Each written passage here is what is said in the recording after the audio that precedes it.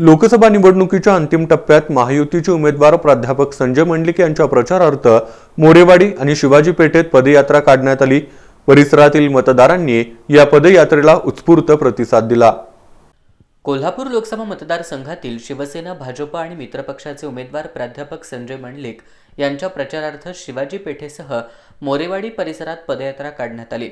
अर्धा शिवाजी पुतळा चौकात शिवाजी महाराजांच्या पुतळ्याला पुष्पहार अर्पण करून अभिवादन करून पदयात्रेला सुरुवात झाली। साकोली कॉर्नर, तटाकडील तालीम मंडळ, निवृत्ती चौक, गांधी मैदान, खंडोबा तालीम, फिरंगाई तालीम या मार्गावरून पदयात्रा निघाली।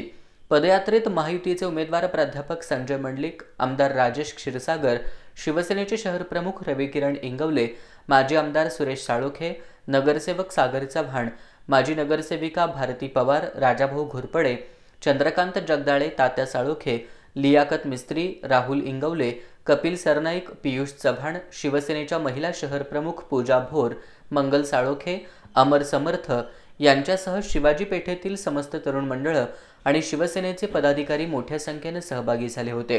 दरम्यान मोरेवाडी इथं अण्णासाहेब पाटील आर्थिक विकास महामंडळाचे उपाध्यक्ष संजय पवार, शिवसेनेचे जिल्हा उपाध्यक्ष सुजित चव्हाण, करवीर तालुक्याचे शिवसेना अध्यक्ष विराज पाटील, अरुण गिरी आदींच्या उपस्थितीत पदयात्रा काढण्यात आली।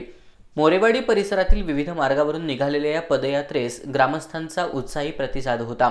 यावेळी प्राध्यापक मंडलिक, संजय पवार, सुजित चव्हाण, विराज पाटील यांनी गावातील प्रमुख मान्यवरांच्या निवासस्थानी जाऊन भेटीगाठी घेतल्या।